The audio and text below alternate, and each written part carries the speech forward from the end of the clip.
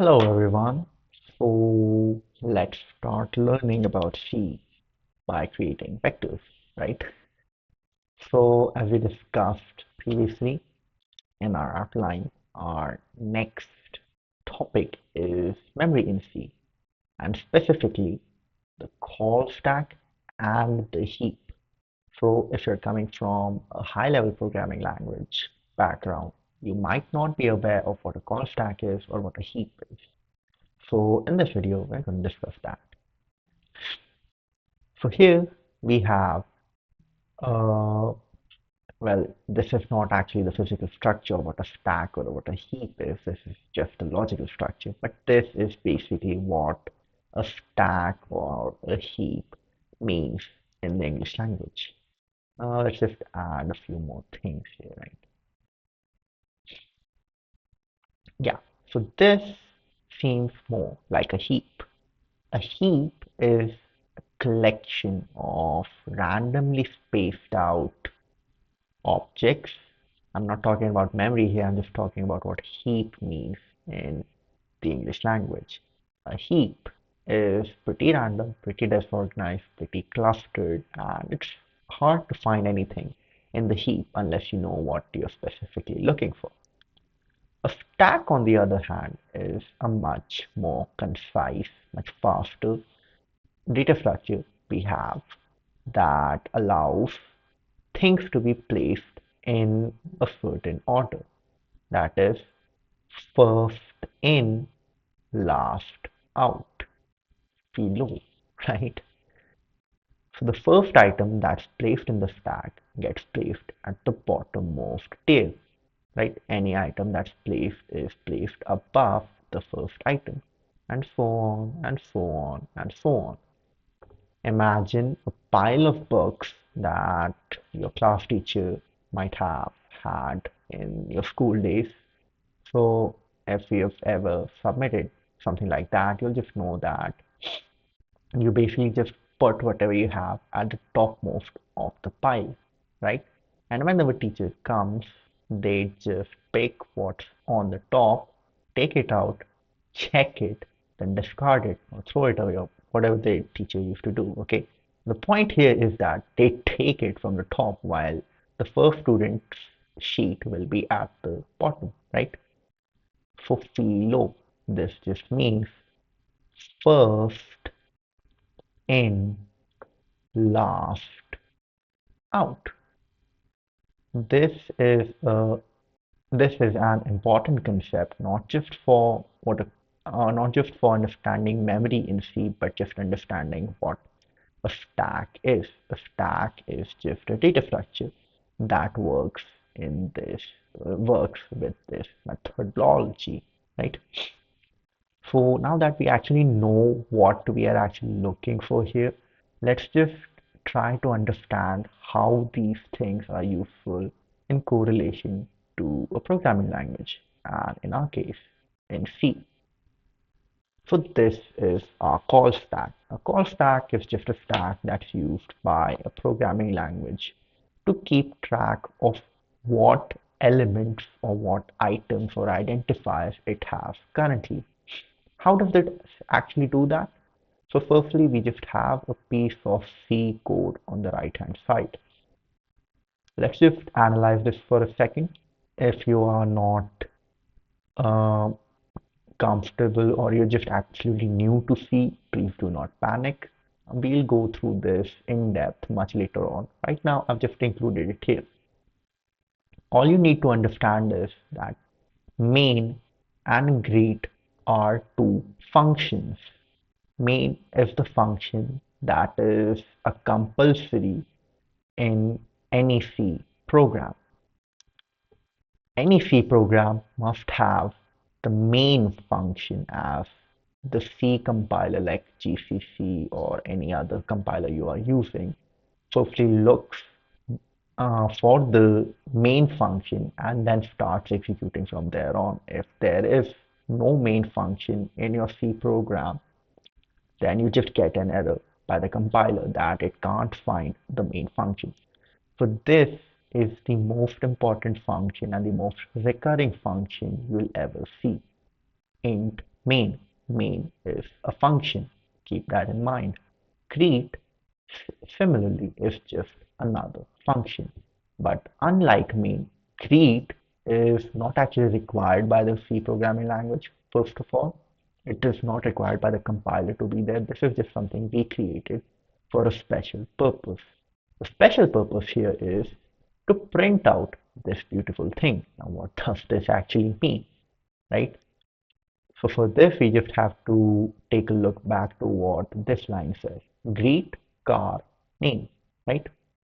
This should not actually be like this. This should be car name brackets, right? Because we are taking in this thing. So car name and square brackets. That just means that we are taking in an array of characters as an input in our greet function. We are taking an array of characters as a parameter named name. Okay. What is an array of characters? This thing is an array of characters. This thing is an array of characters. Basically, any string is an array of characters, right? Because this can also be seen as something like A, L, F, R, E, and D. Just a static array of 6 elements. Each element is a character. That's basically it. That's what an array of characters is. Okay. Greet is taking in an array of characters called name, and it has an array of characters inside it also called my name. That's value is Alfred. If understanding an array of characters is too difficult for you, you can just think of it as a string because that's what exactly an array of characters is. Sorry, that's what exactly a string is. A string is an array of characters.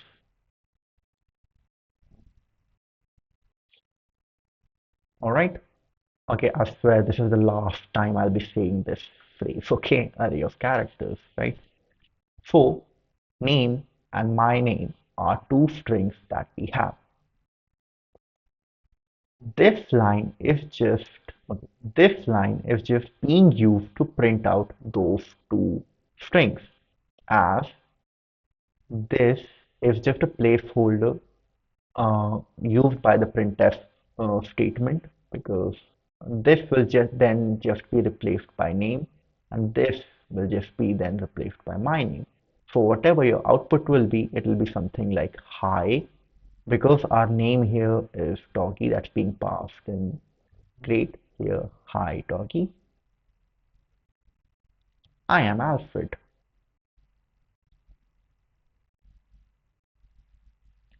This would be the output of this thing, this function call we are doing here, right?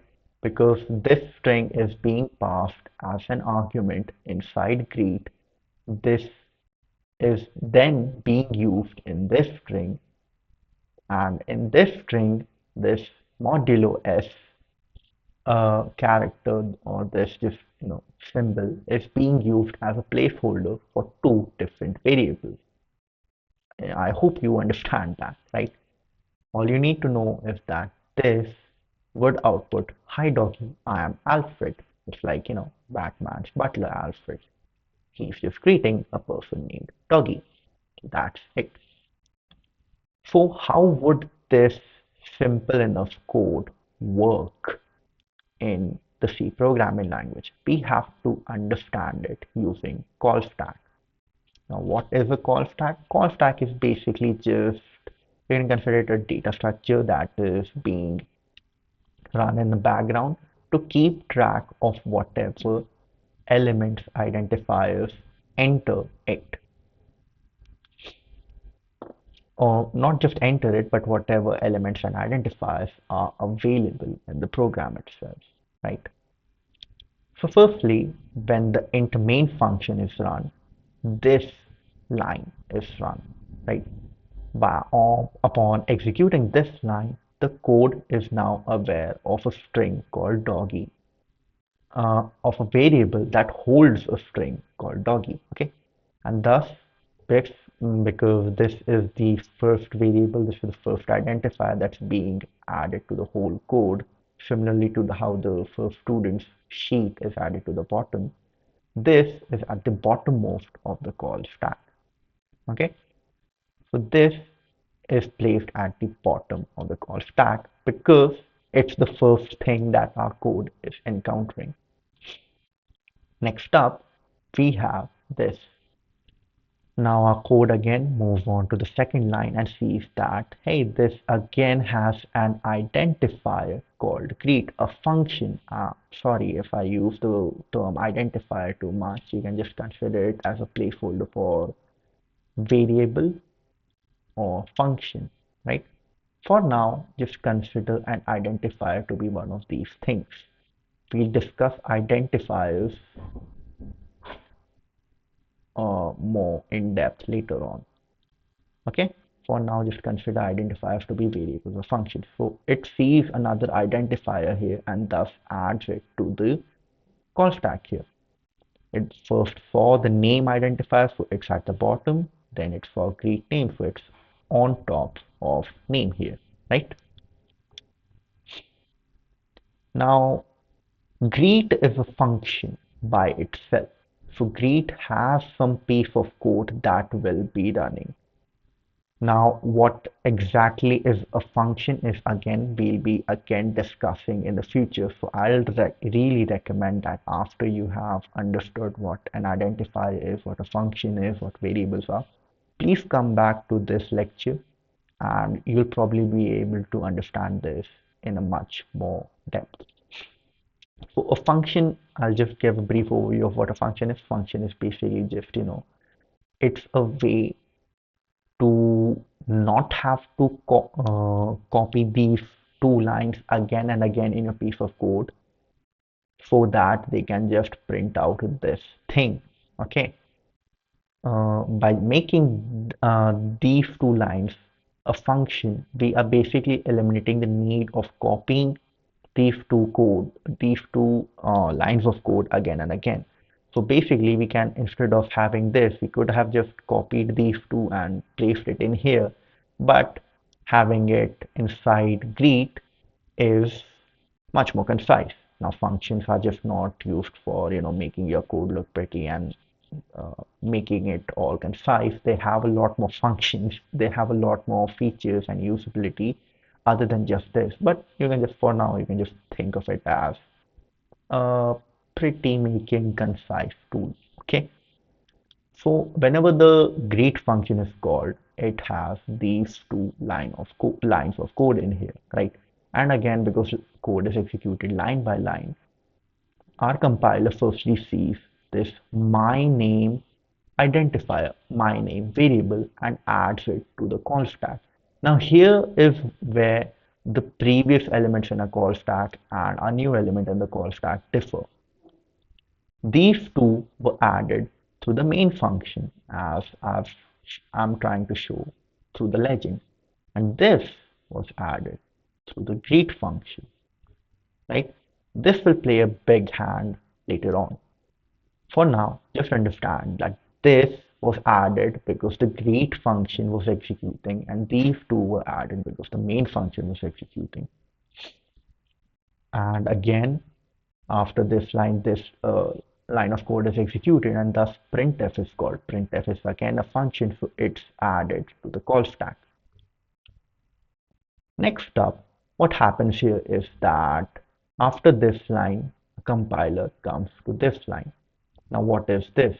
This basically means that our function is ending right here. This is something that's called scope. And a closing bracket means our scope ends. Because our scope ends, the whole function greet has terminated. It has done what it was needed to, and it has done its job, and now it's no longer needed, right? So anything that was added to the stack because of greet will now be cleared off the stack. because we just again don't need it. Greet has done its job. Here, greet here my name and printf were added to the call stack, but because greet was running.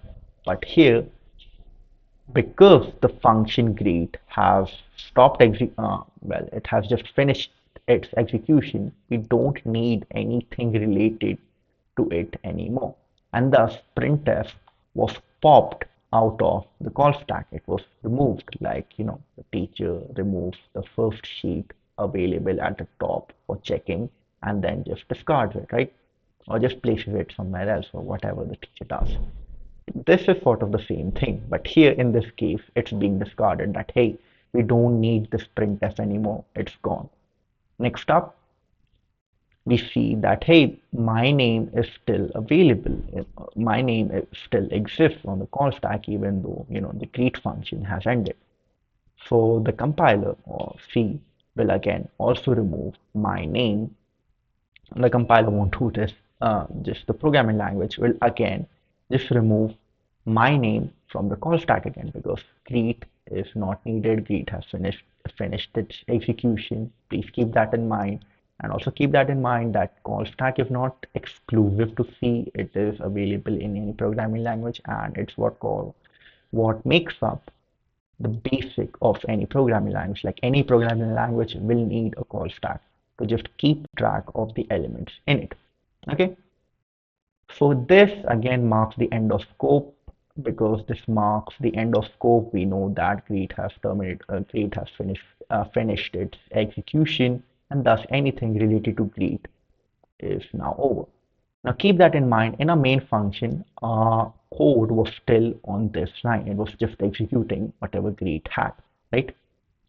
So next up, it will just move further down the line. But it will see that, hey, yeah, greet has finished its execution. So now we can go on to the third line. And here it says that, hey, return 0. Return 0 basically means that whatever the function was doing, it doesn't need to do anything anymore. Just return the output 0. Okay? So if you just return the output 0, the function's purpose is completed.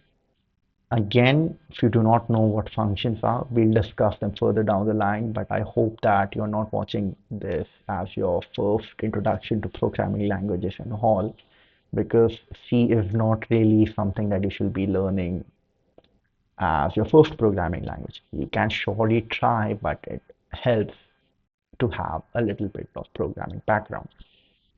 So return here just basically means that, hey, main function again, it doesn't need to do anything anymore. We have got a expected output. So main will output 0, which again just means that, hey, everything was smooth. There were no errors in our code, and that's why we got this output 0. It just means success, right?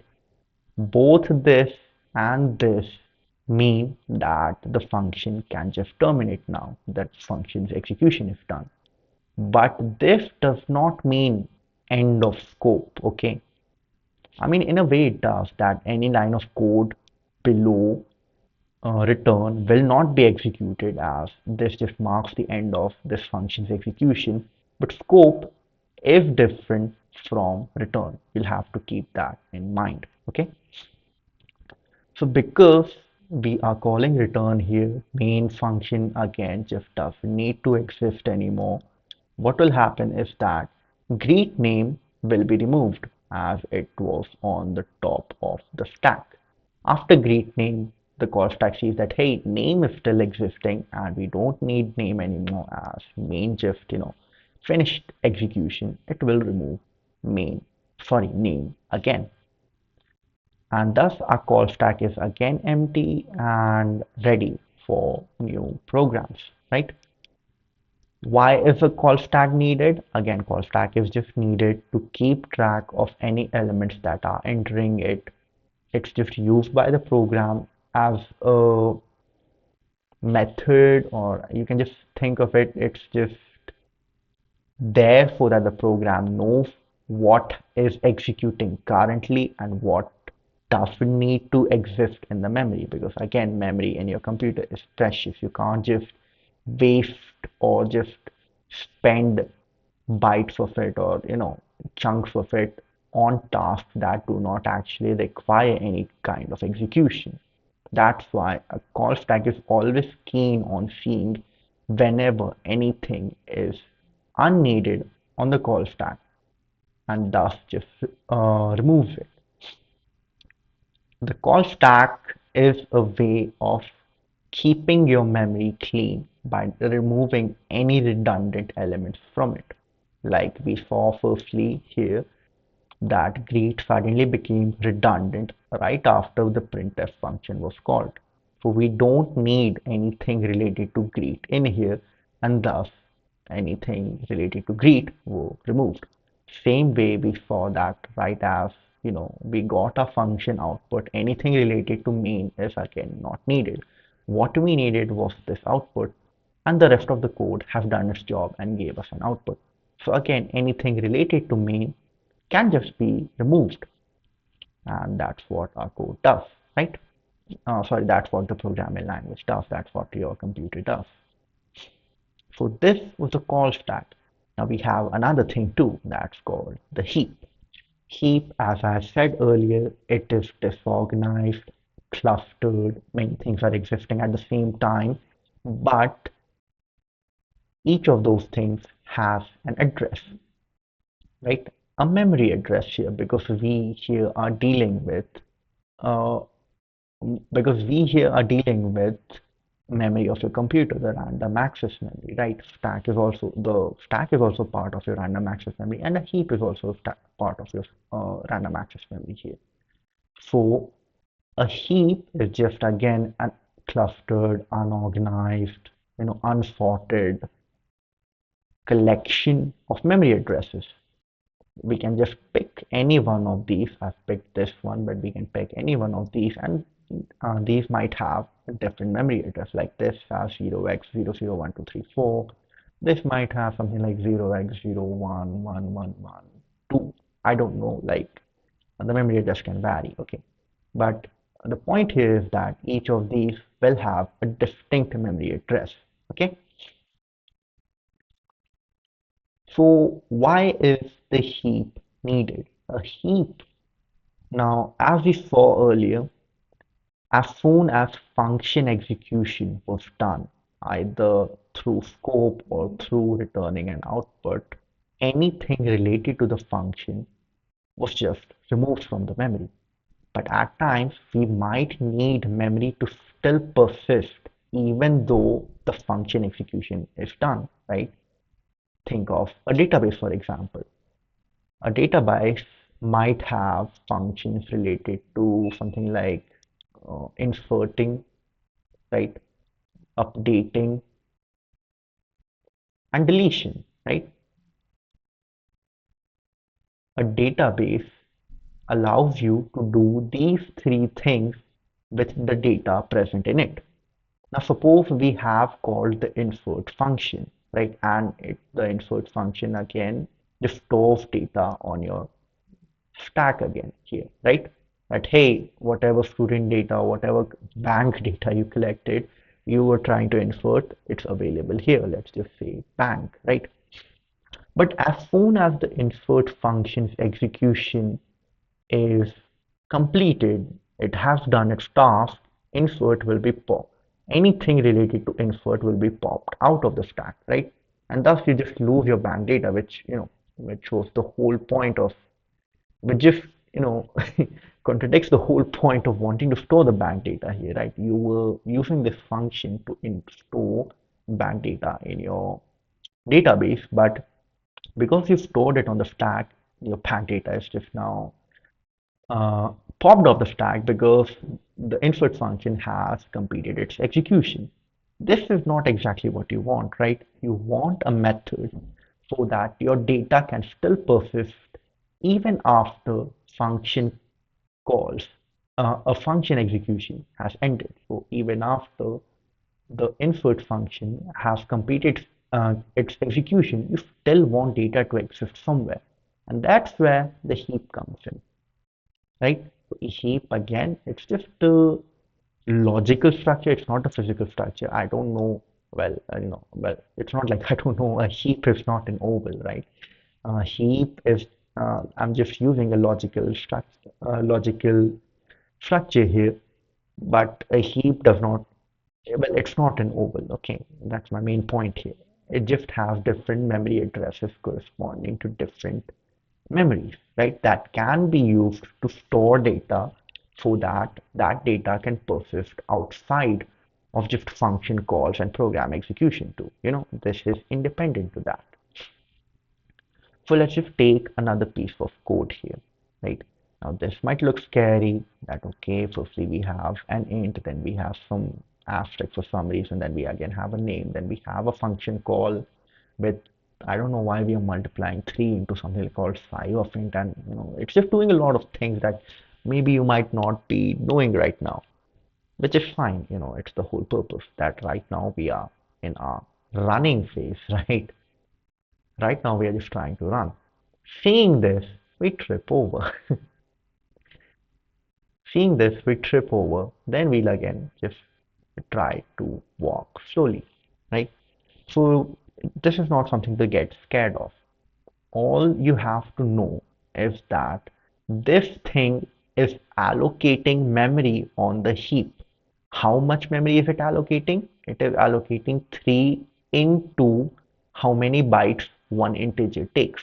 One integer in C takes 4 bytes. So we are allocating a total of 12 bytes. Okay. Size of int is 4 in C.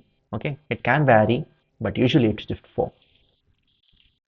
Depends upon your computer. Okay. So this is what it's doing. It's just allocating memory on the heap worth 12 bytes. Okay, that's all this code is doing. So what is this pointer, right? Pointer, well, sorry, what is this PTR, not a pointer? What is this PTR? So PTR is just a memory address of the first block of memory that you were trying to allocate, right? We were trying to allocate 3 blocks of memory. So there's a first block, there's a second block, and there's a third block, okay? Because we were trying to allocate 3 of these 4 bytes, okay? So we have first, second, and third blocks because of this. So the PTR here is nothing else but the memory address of the first block. Let's just suppose that this memory address is this, okay? So this basically is giving you 3 blocks of data here, right? Sorry, it shouldn't be first byte, it should be first block, block. Because it's not giving you first byte, right? Size of an integer is alone is 4 bytes, and we are allocating 3 of these. So in total we have 12 bytes. Okay, so this is not first byte, this is the first block, second block, and the third block. Suppose the first block's memory address or something like this, right? So the second block's memory address will be this plus 4 bytes, which is this much in hexadecimal. Add 4 to this again and you'll get this, and thus we have something like, thus we have block addresses or memory addresses here. That's all. This memory might exist somewhere, well, not might, this memory does exist somewhere on the heap, and by doing this we have allocated ourselves these 3 blocks, these 12 bytes of data for our purpose. Okay, what's our purpose here? Our purpose is actually fairly simple. We store 1 in the first block of data we got. Okay, again, this is not byte, this is block. This is just the mistake I did while making the presentation, but this should be block. Okay, So PTR 0 equals to 1 basically means that, hey, PTR is 3 blocks. So make the first block this value. This value basically means, hey, make the first block hold 1 into it. Okay, and 1 is again an integer. So hey, make the first block hold an integer. Why did these blocks already had 0 in them, right? 0, because we just allocated data. So why is 0 already there? It's not actually there. It's just we are using it as a representation that, hey, these 3 blocks are created for integers, but right now there is no data present in them. It defaults to 0, sure, but there is no data there right now. What you need to know is that only after you allocate a single block, any kind of data into it, only then that block actually has some data. Okay, so by doing this, the first block now suddenly holds 1. If we do ptr1 0, ptr1 2, now the second block holds 0, and again we are doing it 0 1 2 3 instead of ptr1 2 3. Sorry, we are doing ptr 0 ptr1 ptr 2 instead of ptr 1 equal to 1 ptr 2 equal to 2 and ptr 3 equal to 3, because that's not how indexing works in C. Again, if you are familiar with any sort of programming language like Python or Java, then you might know that indexing always starts from 0 to to n minus 1, where n is the length. Okay, in our case the length is 0. In our case, length or n is 3, so our indexing is from 0 to 2. Okay, 0 being the first element, 2 being the last element, right? This is just how indexing works in programming languages. It's not again exclusive to C, it's just how it does. Why it does this? It's again got something related to how bits and bytes work on the digital logic level. We don't actually have to discuss that right now, but that's something that you can look into later. All you need to know is that PTR1 basically means that we are allocating data to the second block, not the first block, the second block here. For PTR1 again holds 2. The third block is still unallocated, but instead of having nothing there, we are just showing 0 right now. Okay, and that's something that C will also do. Instead of showing null there, it will show you 0, because that's what it will default to, because we are trying to allocate for integers. Okay, integers, not this, because we are trying to allocate to integers. That's why. So PTR2 basically means that the third block of the data will now store 3 into it. Now the main feature of this data is that this exists outside and independent of this code. So even if this code now has finished its execution, this data will not be cleared. This will still exist. Okay, this will still be available on your RAM. This will stay there until you manually remove it. And that's where the dangers or the double-edgedness, or dual-sidedness, whatever it's called, a double-edged sword, I suppose.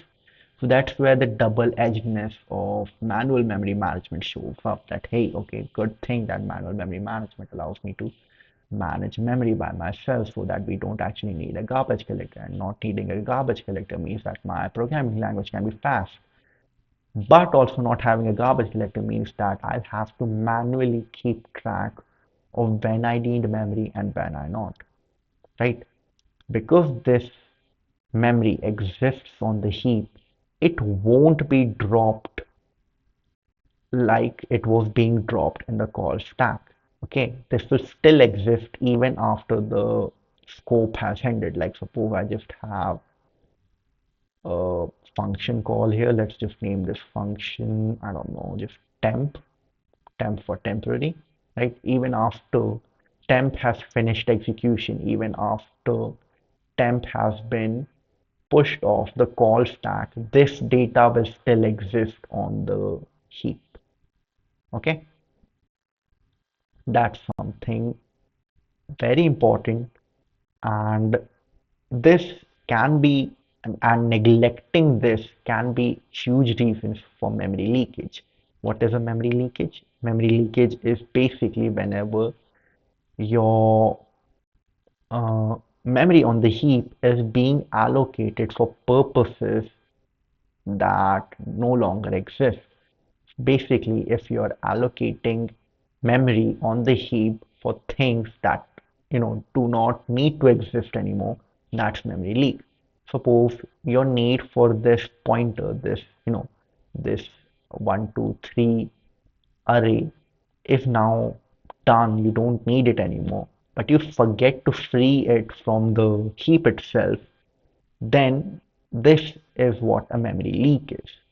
That something is still taking up space in your computer even though you don't actually need it, right? Right now it might not sound like a big thing that hey, it's just 12 bytes of data. We live in an era where petabytes of data is being collected, so it's a small thing. Well, yeah, but in bigger programs this 12 bytes of data will just pile up as your program runs. Okay, and most of your programs, once they start running, they won't stop. Okay, they continue to run perpetually because again you are dealing with low level machine code, sorry, low level programming languages here. So this language will be used to build future services that might run perpetually, like servers, web servers, or any type of other script that needs to just constantly check something, right? In those cases, this memory leak can happen perpetually. So this 12 bytes of data that right now seems pretty tame, if this keeps on happening for something like 100 times or 1,000 times or 10,000 times or a million times, you can understand that yeah, that's going to be pretty bad here, right? Okay, so that's why avoid memory leaks. So how do we actually free this data, right? Now, how do we actually avoid memory leaks? It's pretty simple.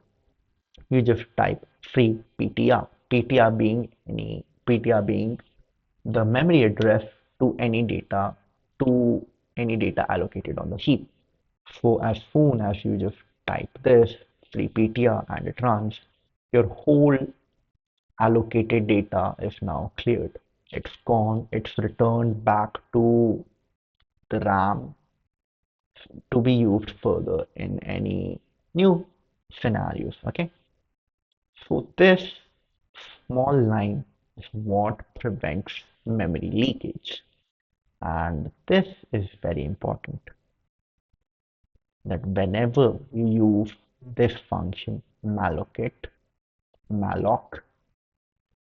always follow it with free whenever you don't actually need the allocated memory.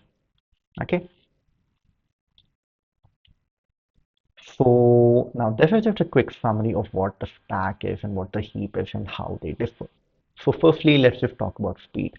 As we talked earlier, because stack is organized, it is sorted, and it's in an order, retrieving data and collecting data on it is much faster. While a heap is disorganized, it's just a cluster, it's a mess. So looking for anything on the heap is much slower. Size limit of a stack is pretty small. It cannot hold big data. Again, it is very limited. Heap, on the other hand, can store large data, right? Now, how large? It depends on the RAM of your computer. Okay. Next up is the lifetime that we discussed earlier, that anything that is stored on the stack is scoped to the function. So as soon as the function ends, anything that was created during the function and stored on the stack is popped off the stack. Okay. This is not the case with the heap here. If you have allocated data dynamically using something like malloc or something else, then you don't actually, sorry, that data won't be popped off automatically by the code itself because it exists on the heap, not on the stack, and it exists outside of function scope. Okay, that's why stack is much better to store data that is temporary and short-lived, while a heap is much better to store data that is larger due to its size limit and persistent because it's outside of scope. Here we choose temporary variables because again we don't actually have too much data to allocate. We can't actually store too many variables at the same time, even though they're all small. If the number of them, if the total count of them is actually very big, it will again just pretty soon reach the maximum stack limit. And all these variables need to be short-lived because again it's in the function scope itself, right? Because anything is popped off the stack as soon as the function execution is completed, it's short-lived. And yeah, managing a stack, you don't actually have to manage the stack. The code does it by itself, as we explained earlier. But for the heap, again, it's manually handled. Very important that it's manually handled using something like malloc or free. Malloc to allocate memory and free to deallocate memory. Super duper important things, right? So that's all we have for this video, this lecture. This might have been something that's a bit too difficult if you're not from the program, not from any programming background, or this is your first time actually learning C. Please do not fret. This video will be pretty helpful to you after you have actually learned the basics of C, like the syntax and all those things. This here was included because this is the basic concept of why C is a thing and why we do things in it.